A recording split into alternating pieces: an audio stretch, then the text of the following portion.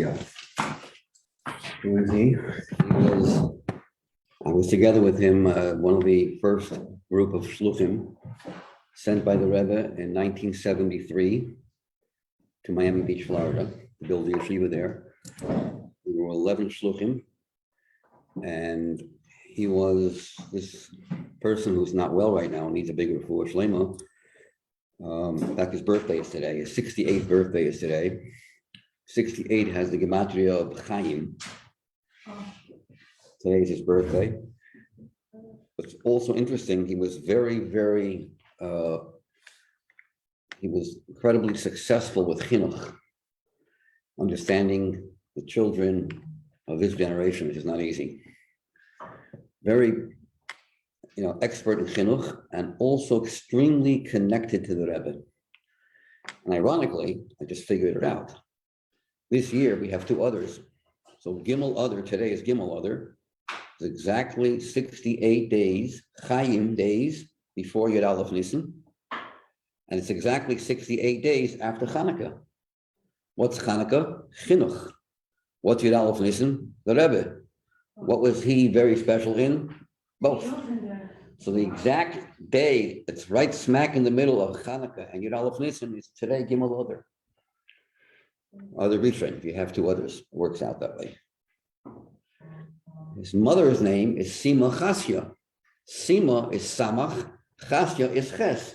Again, Samach Ches is 68 Chaim. So his mother, his birthday, the amount of years, he's now 68 today. Very special young man. Now, he's not so young anymore, but I remember him when he was very young. We were together as Bachrim, Shluchim, Miami Beach, and he was full of chayis. So we had a Zoom meeting 2 days ago on Tuesday. All the Shluchim, there are two of them are in Australia, 2 are in Eretz Yisrael, 1 in Colombia, the head shliach of Colombia, Rabbi Shua Yamin Rosenfeld. Then there's 1 shliach in California, 1 in Pittsburgh, and 4 of us in New York. We all Zoomed together for the first time in 45 years. 45 years since we've been together, Zooming, seeing each other together. It was quite a emotional get together. We all spoke. He was there. The person who's not well was also on the Zoom and listening to all our brachas and so on and so forth. That happened on Tuesday. Last night was his birthday, so we also had a voice message for Refuah Shlema. I told Rabbi Majeski to tell all the teachers here that all the shiurim should be dedicated towards his Refuah Shlema. And I happen to know that girls from Machon Liados, their Tillim was very effective. I personally had an experience of not being well, and the doctor said I'm a living miracle. Went through very, very difficult times a couple of years ago, and thanks to all of you here, I'm here. So I would also want you to continue saying Tillim for this person as well, Yosef Yitzchak ben Sima Chasya. You could say any capital. His capital right now, as of today, is Samach Ches. Okay. Can you say the name again? Yes, Yosef Yitzchak, that's not that hard to remember. Some people have that name. Yeah. Sima. Samach Yud Mem Aleph Chasya. You have last week's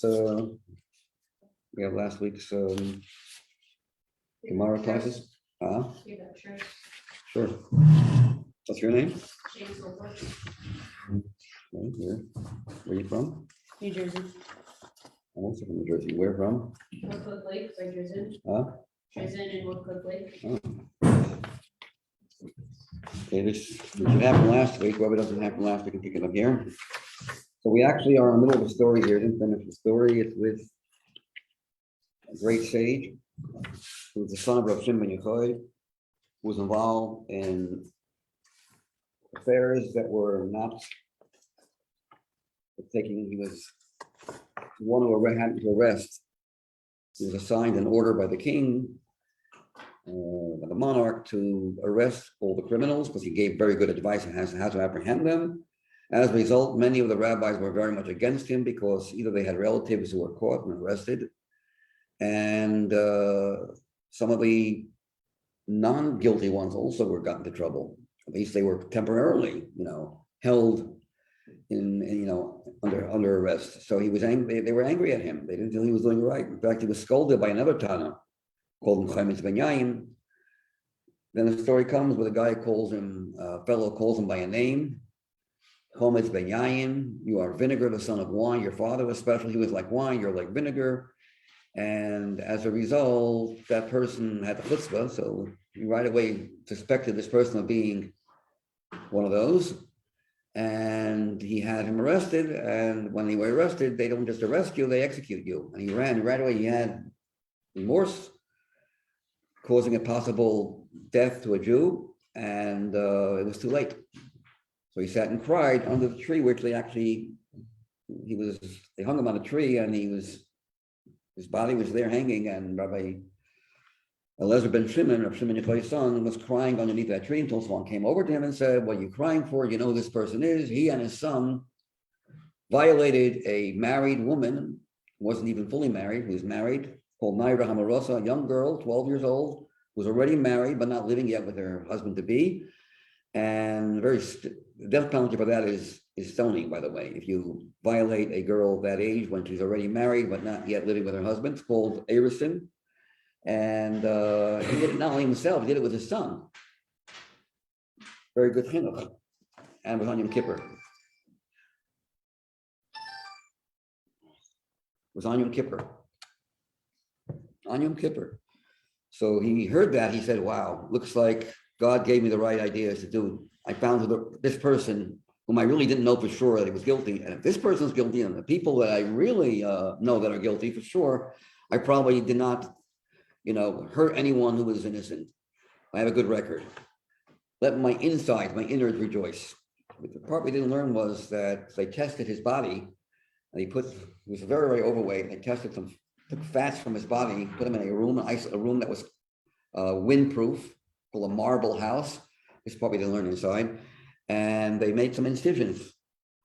They put him to sleep, and they cut part of his body open to take out some fat. And they put the fat with the sinews, with some blood vessels there, which usually would rot in the sun. And it was there for a long time, and they didn't rot.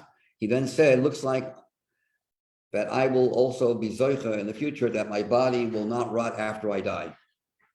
And mind you, there's a Gemara in Baba Basra, the first chapter in Baba Basra, it says there were 7 people, and he's not counted, 7 people in history that we know their bodies didn't rot. And of course, Tosfos asks only 7. Isn't that true by every tzaddik? So let's see. Whoever 7 tzaddikim that are mentioned that their bodies do not decay at all. Avraham, Yitzchak, Yaakov, Moshe, Aaron, Miriam, and Binyamin, the son of Yaakov, Binyamin Jacobson, Binyamin ben Yaakov. Some say David HaMelech. David HaMelech said in chapter 16 in Tehillim, in Zion, Af Besari, even my flesh will live forever. But the Gemara says it doesn't mean that it happened. It means he was praying for that to happen. So that's why there's a dispute about whether David HaMelech actually had that schus. So Tosfos over there, you know what Tosfos was? Grandsons and great-grandchildren of Rashi, who, yeah? No, What did you ask me something? sorry. It's okay. I wouldn't mind if you asked me something. Oh, people are listening. I'd rather be asked the whole class, questions and questions than no one asking questions. Well, small class. Because it's Where's subject everyone? that we don't know. What? Because it's a subject that we don't know. Understand? I see. You, Okay. you say why we don't ask questions, right? But Because, you don't know enough to ask. because we don't know that it's not halacha, it's not Okay. something over there. Right. Okay. So I'm trying to bring it over here now. Okay. Over there to over here. I'm just going to ask you some questions that maybe you will be able to answer. But so there's 7. The Gemara says there are 7. And it doesn't count for Elizabeth Shimon because it says his body did not decay. And by the way, even after that test was made, where he knew for sure his body would not decay, he still did not trust himself. He still didn't accept upon himself that everything's okay. And he took upon himself terrible affliction to his body, as we learned last week. But he was able to control those afflictions and say, go away during the daytime. I have to learn. At nighttime, time for sleeping, then he was afflicted by it. but he still was able to remove those afflictions at will. That's called Yisurim Shalava, Yisurim of love. So that's what we're up to. But the question Tosfos asks there, isn't every tzaddik gifted with not having his body decay? In fact, just recently, there was a Lubavitcher Chassid from Milan, Italy. I think it's Milan. Oh, no, I'm sorry, Morocco, my mistake. Morocco, my mistake. Rabbi Edelman passed away a while back during COVID. They had to move his body complete after 2 years, like he was sleeping. This is not even a Rebbe, this is a Chassid. So, and tzaddikim for sure. And which people will be zeichet not to have their body decay? I don't want to scare you. Why would they open up the caskets? They had to, I think, for some, I don't remember the exact cause and reason, but they had to do it. Rebbe Rashab also, the previous Rebbe's father, Rebbe Rashab, because they were about to excavate and remove all so they would be violated, so they had to remove. And they found the Rebbe Rashab complete as well, 100% complete. This was 20 years after his passing. What's the Gemara says, what causes a person body never to decay? Not having any kina, any jealousy, any envy, being totally, out of the realm of jealousy of another person, or caring about another person as much as you care about yourself, and not being affected adversely if someone else has something you don't have. It's called kina. Even to the slightest, most subtle form of jealousy. If that does exist in this person, that person will merit not to have their body decay. No, do you know decay is decay? I was about to search. Decay means the body rots, disintegrate.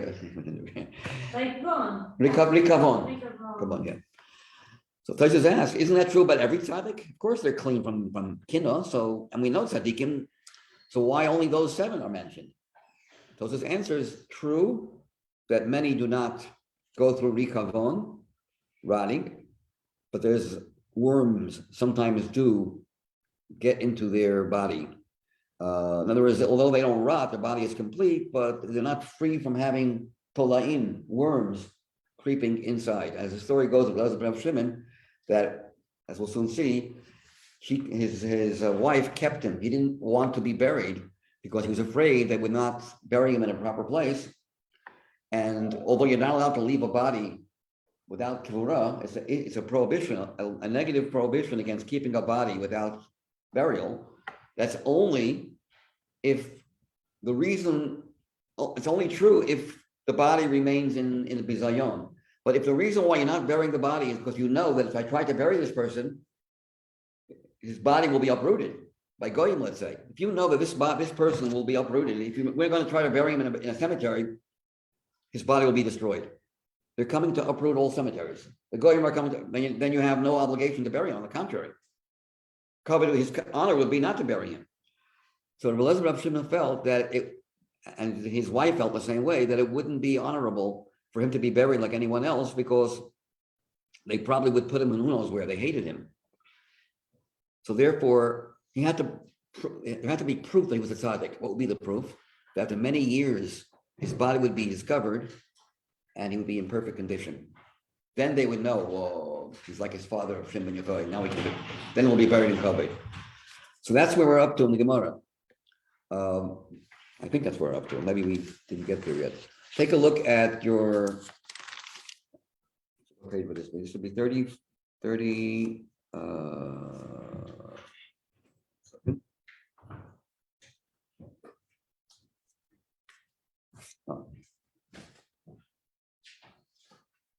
Yeah. So after it mentions about all the Yisurim he took upon himself, we're up to 34b1. Before we didn't get there yet. I'm sorry, I went ahead of myself. With his wife was angry at him. Why are you wasting all our money, you're bringing Yisurim on yourself, and it's costing us a fortune to heal you. And then one day, a whole bunch of sailors were sailing and they were about to drown. They asked, please, in the honor of the schus of Rabbi Shimon Elazar, Rabbi Shimon, let us live. And a miracle happened and they were saved. So as a result, they gave him tremendous amount of wealth. Says they gave him 60 money bags of gold and silver and diamonds. And they also gave him food, various different medications to heal him. In the meantime, he became a rich man. His wife sends his daughter, his wife sent her daughter to go to see what father's doing. And the father says to the daughter, tell your mother that I have received more. There's more to what I have right now than what she has in her family. And he quoted the pasuk in Eishchayil, the Torah is like a merchant ship, and it brings schora from very far. Okay.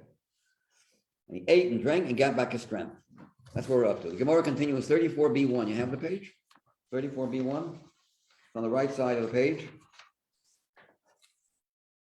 On your right side, the second column. Yeah? No? What is it? What's the subject? Gemara. No, curse. Here. 34. You have it? I'm not sure. I'm not sure. Thank you, sure. Yeah. Is this one? That's the Gemara, that's the Hebrew. Take this. It's here also. You look at. Okay, 34b1. You have all your pages here, you find it. 34b1. I should have all the ones, I think.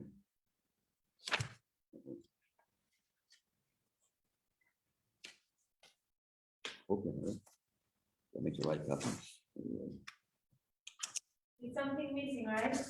No, actually, it's here. 34b, what's here? 34b1. Ochel b'shasi ubari. He ate, drank, and gained back his strength. And now his wife never let him leave the Beis HaMedrash. He was forced to be contained indoors. And as a result, a lot of Torah was not learned. And a lot of women could not ask their shilas and laws of Nida, as we'll see. Whenever there's a question, a Rav has to see exactly whether it's a problem or not. And he went out that day to the house of study, since his wife no longer was with him to restrain him. Again,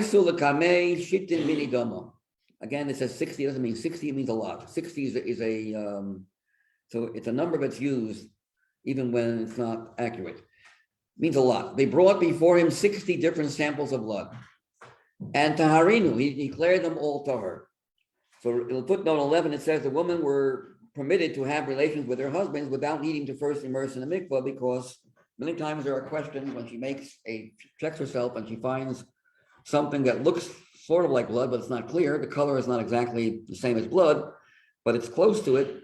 A Rav has to also see it. Even if it is red, today we don't know the difference. But back then, the rabbis had tremendous eyesight, keen eyesight. They were able to detect which type of red it is, because only 5 shades of red out of 100 shades of red, only 5 shades of red would be a problem. Today, we don't have any knowledge of this. So all red is a problem. But they would show they would send to the rabbi these particular, samples, and he would check and see if it's the blood if it's the red that makes your tummy or not. So he declared them all tar. The rabbis murmured against him and said, Salka Dayatach, do you really think that out of the 60, every one of them is okay? Les behuchad sapik, you have none of them that are doubtful? Or Malahu, Rabbi Elazar, the son of Rabbi Shimon, said to them, Im kemaisihu, if you don't believe me, I'll make the following statement. If the situation is as I say, that all of them are kosher, and they can resume relations with their husband without having to go to the mikvah because it's not a problem. If I am right, yiyu kulam zecharim, let women all conceive tonight, and let them their babies all be boys. Why did he say boys? Because boys don't go through menstrual cycles. So in other words, and therefore they don't go through the impurity of nida. So if all of them are kosher, that means as a sign that that all these women are allowed to have relations, there's no nida issue. Let all the babies that will be conceived tonight and born be boys. Be imlav, and if I'm wrong, let at least one girl be born amongst them. And the truth was, they all conceived, their babies were all boys. V'astikalo Rabbi Elazar al Shmei, and they all called each of them Rabbi Elazar after him. They didn't call him Rabbi Elazar, they called their children Elazar, and they named them after him. It's interesting that today we don't do that. Today amongst the Ashkenazim, we don't name children after people that are still alive. But that's only parents or grandparents. But you are allowed to name people after great sages that are alive, as long as it's not a family member. This wasn't a family member, it's a great tzaddik. So they are allowed to name their children after him. Tanya, and it's been taught in a brisa. A brisa, we all know what that is. Amar Rebbe, Kama Pirya Verivya, Bitla Risha Zumi Yisrael. Look how many women could not have had relations with their husbands because they didn't have the rabbi to rule. He was the only rabbi that had this expertise of being able to rule whether they were tahor or not tahor. And when he was in his house, held back by his wife, no one came to him. So he never had any ability to check. So how much procreation, Bitla Risha Zumi Yisrael, was eliminated by this evil regime from the Jewish people. They are the ones that caused him to be forced to be indoors. Because as a result of their rule, he did what he did and people were against him. And as a result, his wife did not let him out. And as consequently, what happened through that was that the women could not have relations with their husbands and no children were born. So many children were not born that year or those years. When they appointed Rabbi Elazar, the son of Rabbi Shimon, as a marshal, this is when he was out of business and ruling as a rabbi. He was busy with the thieves. He was not always able to come to the house of study. And the woman in turn could not seek rulings from him regarding their blood samples. Now, I want to just mention something a little off the subject before we get to the next Gemara. It's a little touchy subject. You know, many women believe that they're treated, I got to be careful what I'm saying here, that they're treated unfairly by calling them Nida and all that. It doesn't seem to be appropriate to label a woman a Nida. Why do we get this name? How come men don't have that? Why do women have that? So that means that they are inferior. And the truth of the matter is, it's just the opposite. I'll bring you a proof in halakha that it's not that way. When it comes to a corpse, a dead body, a Jew versus a non-Jew, a Jewish corpse versus a non-Jewish corpse, which of them contracts more impurity? After a person dies, which of the two, the Jewish body or non-Jewish body, contracts a deeper level of impurity, of tumas mes? And it's the Jewish body.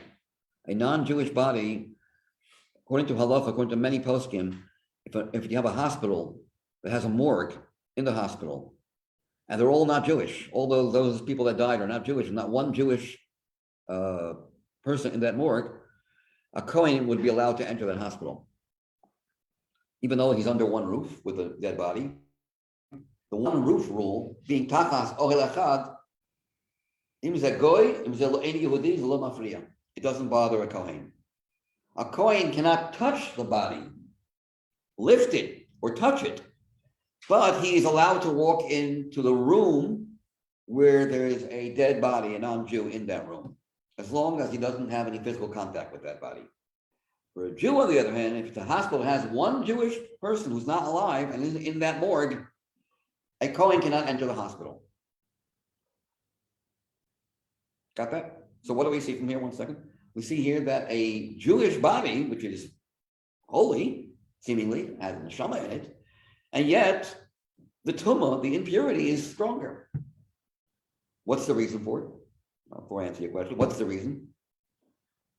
Because the Jew has such incredible kedusha with his neshama while it was in the body, it left an aroma, a reach ruchani, that we can't detect. But the powers of klipa are able to smell a very pleasant aroma that came from the neshama. When the neshama leaves, it's no longer protecting the body. So the protector is away and the body really smells good, spiritually. These spiritual entities have the ability to detect that aroma and they crowd around and they have a field day. And it's such a powerful effect that they surround the body so much so that it causes the tumah to spread, even throughout the room. It can even spread miles away if you're under one tent. A non-Jewish body does not have the same holiness, although it does have some kedusha. Some it's b'tselem Elokim. Any human person, any human being has something, but it doesn't have a chelik of the kami mal mamish. So when it leaves the body, the soul leaves the body, the impurity is not as attractive to the klipas as a Jewish body. Take that a step further. Male versus female amongst Jews, it says the power to procreate is in the woman, not in the man. I mentioned this once before in a different class. And the man, this male seed is what arouses, stimulates the power to procreate, the power to have children in the woman. She is like the earth, and the man plants the seed. Now, it says in Chassidus that, well, before Chassidus, let me mention one other thing. It says the following, that whenever a woman has her period, it's a failed pregnancy. You know a little biology, you know that every time there's a period, it's was meant to be a pregnancy, but it didn't materialize because the male is not there. So then it goes to waste and it causes bleeding in the walls of the uterus over there. As a result, it creates a tumor. Why? When something so holy as part of her body goes to waste, the power that a woman has to procreate is a power coming from Hashem himself. The power to create new beings has to come from someone who doesn't have a beginning. To create new beginnings, you have to be beginningless. So a woman's connection is to God's beginninglessness. And that goes to waste. When that power goes to waste, it creates a tremendous amount of a vacuum, which causes the tumor. So it's not as a result of something inferior about her. It's because of her superiority. This is why there is a contraction of more tumor than by a male. Okay, so don't take that as as a looking down. On the contrary, it's because of a milo that women have over men, just as we had lahavdil between goyim and yidden. The same is true even amongst yidden between female versus male. Okay, so let's look at the next page over here, page 30. No. The next page would be turning the page further. 84b2. Now, the Gemara continues. When Rabbi Elazar, the son of Rabbi Shimon, finally passed away, when he was dying on his deathbed, page 84b2, Amra Lali Debisu. He said to his wife, Debisu sounds like Beisai, to his wife. Woman is the mainstay of the house. He's called his home. He said to his wife, Yodaina b'drabanon derasichi alai. I know the rabbis are angry with me. Kosim alai. Below me, aski beishaper. They will not take care of me properly after my death. I won't have a proper burial, a respectful burial, because they were angry at him. They thought he was a wayward son. Look in footnote 16. They thought he was like not deserving of a place next to his father, and they would bury him who knows where. He thus chose to remain in the attic, and he wasn't buried for many years. We'll soon see how long. So he tells his wife, Oginin bi'ilitai, when I die, lay me to rest in my attic. Oginin means to lay me to rest. Bi'ilotai in my attic. Begoma halyona shalabayit. V'lo titchalin minai, do not be afraid. Al tira mimeni. Omar Rav Shmuel bar Nachmani said. So his wife came back to him evidently. His wife returned after separating. She returned with him. Rabbi Yonasan's mother related to me once. A person by the name of Rabbi Yonasan had a mother, and that mother related to me the following. The Ishtayale de Bisu de Rabbi Elazar Rav Shimon. Rabbi Yonasan's mother related to me that Rabbi Elazar, the son of Rav Shimon's wife, had related to her. What was the conversation? That for a period of not less than 18 years, lo pachot mitmani sari, not less than 18 years and not more than 22 years, below tzvei mi esen u'treishnin, and not more than 22 years, I laid him to rest. She heard from his wife through another woman. They had a conversation. And his wife told this other woman, the mother of Rabbi Yonasan, that my husband has been in my attic for many years. When I would go up to the attic, I would examine his hair, and I would see that he was so much alive that whenever a single hair would fall out from him, which could happen, Hava osi dama. His hair caused bleeding. Blood would appear in its place. That's a sign of life. So much so that even pulling out hairs falling out, caused bleeding. Yom Echad, one day, chazoi richasha, I saw a worm that was emerging from his ear. The kanofik mi'une, that was emerging from his ear. Chalash da'atoi, I became disheartened, thinking that perhaps now he would begin to decay. Perhaps the worm, tolaim, zesiman shel rikavon. Ischazili bechelma, my husband appeared to me in a dream. Armali said to me, love midihu, it's not a sign. The worm is nothing with which to be concerned. It is simply a punishment for the following. Yom Echad, I was punished. Yom Echad, one day, I heard the disparagement, Shami biziluso de sorba meravanon. I heard a rabbi being ashamed. Bizayon shel harav. Below machai, I did not protest as I should have. I kept quiet and allowed this rabbi to be embarrassed. And as a result, and this day that the worm showed up in his ears was the exact day, anniversary of the day that rabbi was embarrassed and I kept quiet. Or some say it was the actual day that student passed away. The student that he embarrassed passed away. On the very same day that student passed away, years later, a worm crept into his ears. Why his ears? You heard the embarrassment, wanted to say something, wanted to protest. Now, when we say the worm was something out of the ordinary. In other words, when worms come as a result of rotting, that's nature. But when the person does not rot and there's a worm, that's not nature. It's a sign from heaven. This should not have happened. Naturally, your body isn't complete; it won't decay. Where did the worm come from? From Shamayim, as a sign that you're being punished for this particular lack of protest that you should have made. Then the Gemara goes weiter, continues. When two people would come for judgment, have a kain mi abava, they would stand by the gate of Rabbi Lazar, the son of Rabbi Shimon's house. Now it sounds like fictitious here. We'll see. Omar Mar Milso, Umar Milso. They had a dispute. Adin Torah. Two people were arguing and discussing things, and one would state his case, and the other would state his case. Each one said, "This is my case," the plaintiff and the defendant.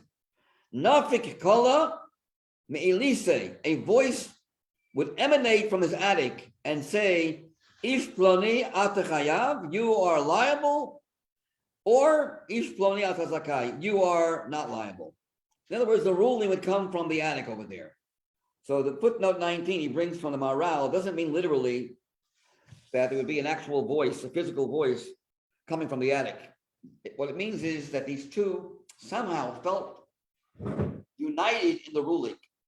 It was a voice within an inside voice, internal voice, that they knew when they would come to this holy place, the house of where he's buried, where his body is there interred, they would be able to come to a ruling that both of them will be satisfied. Usually when one wins and one loses, the other one's not satisfied. There was no need for any of them to have to swear. Normally when you have a problem and you want to prove something, you have to swear.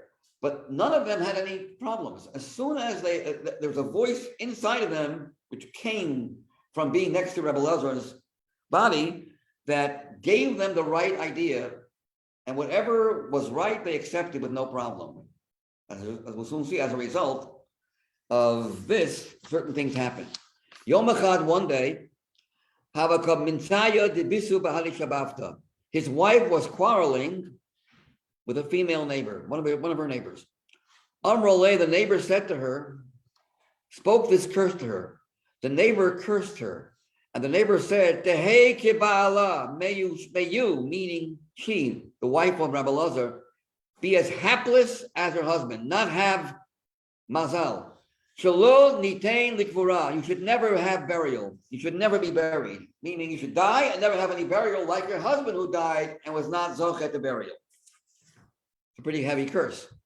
When the rabbis heard that remark, Amar Rabbanon, Kuli Hai, if Rabbi Lazar, the son of Rabbi Shimon's situation is so known to such an extent that people are cursing other people to be like him, it's not respectful anymore. Vadai lav orach ara. It is certainly improper to keep him there anymore. Ikeda Amri, some say that wasn't the story. It was another story that happened. Rab Shimon ben Yochai, the father of Rabbi Lazar, Ischazu le bechelma, appeared to them in a dream. Amar lahu, he said to them, Preda achas yeshli beinechem. I have only one fledgling, one child amongst you people. He's not been buried.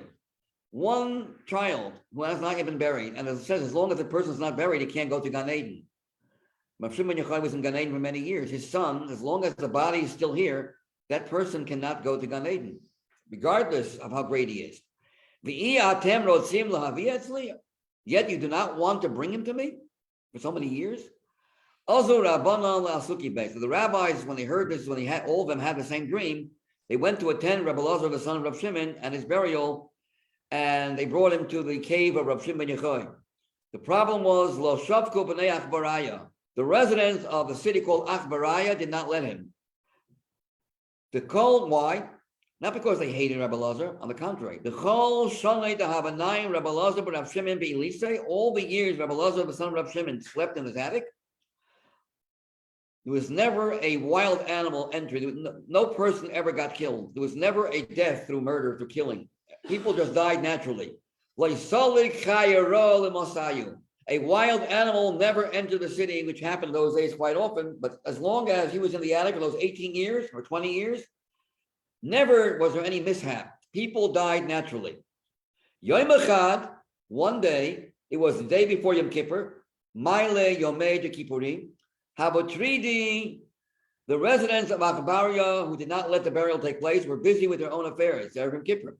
Shadu Rabbanan Lebnei Biri. The rabbis sent the residents of Biri, the city, nearby town, and they told him it's a good time to take his body now. But Askul Arse, they took him up to his place to be buried. But Amatul Marata de Avua, they brought him to his father's burial cave. Ashkechua, they found a serpent, a snake, encircling the cave. Snake is a manifestation, a physical manifestation of the Satan, not allowing his burial. Amrullah, they said to it, Achna, Achna, serpent, serpent, open your mouth. The serpent was recoiling around the grave. Snakes make a round, and the back of the snake and the front and the mouth were like one ring, surrounding the cave where he wasn't able to, and it was impossible to go through. So they told the cave, release yourself, open your mouth. Achna, achna, pischi picha, pich, distance your mouth from your tail. Basically, let the body be interred in the cave. Let a son enter to his father. Pasachlu, the serpent opened up for them, and they buried Rabbi Lazar, the son of Rab Shimon. And then goes the Gemara and discusses that Rebbe heard about Rabbi Lazar's wife, and he asked for a shidduch. He asked if she's interested, through a shliach, if she's interested in getting married to him. He also lost his wife. So this was an interesting shidduch over here. And she answered back quite chutzpahdik, seemingly. In this Gemara, there's an interesting halacha, which I don't have time to go into right now, the details, but I just mention one interesting halacha. It says that if a woman goes 10 years with having no belief that she'll ever get married, she won't be able to have children anymore. If 10 years go by and she says, I will never get married, I will never have children, then it takes away her ability to have children. She was 18 years. The story was 18 years her husband was still buried there. So it's quite obvious that during those 18 years, while her husband is still in the home, she cannot marry anyone. And she felt that nobody else fits to be my husband. Rebbe, she felt, will never ask her. Great people won't ask her, for a shidduch. The average person doesn't deserve to share me because I am the wife of such a great person, and now someone else of lower stature will become my husband? No. So she basically had resigned from having any children. And therefore, Rebbe did surprisingly ask her. She said, you can't ask me because I will not have any children. And why would you want to marry a woman who cannot have any children anymore? So even after the 18 years were up, it was too late. It's an interesting phenomenon that a woman who gives up on having children just basically says, forget about it, I'm never going to marry. If 10 years go by with that feeling of despair, not good. So you should never have any despair, never have any loss of hope. very dormant. It's raining outside and it looks like it's affecting people's moods today. I see a down mood. I don't know why, but Wow. did I put you in a down mood today? No. No, I didn't put you, it's not my fault. Okay, No. sorry. Um, Never know. It's only start, no? What? We only start When we start what? because you got it just, right? No. No? You know, I like big crowds. Yeah, I have a big ego and I like a lot of people. When the class is small, I get down. That's my nature. So. okay, I'm not a you know. tzaddik and I do have a little kino, right? I'm not a tzaddik. I have kinna. Sorry? Since it makes it feel better on the next schedule. Yeah. We didn't come in receive the class, half of us went. No. Okay, You want Rabbi Greenberg? okay. Rabbi Zolkman was here, by the way, as my classmate. We were together sitting next to each other in school. And we used to have, we did some pranks on the teacher. It wasn't really good. I can't believe it, looking at him right now, that he would be a prank. He was a little wild. So was I. So I'm letting you know that I'm not so perfect. That person goes to tzaddik, sorry. He is, he changed. I didn't change.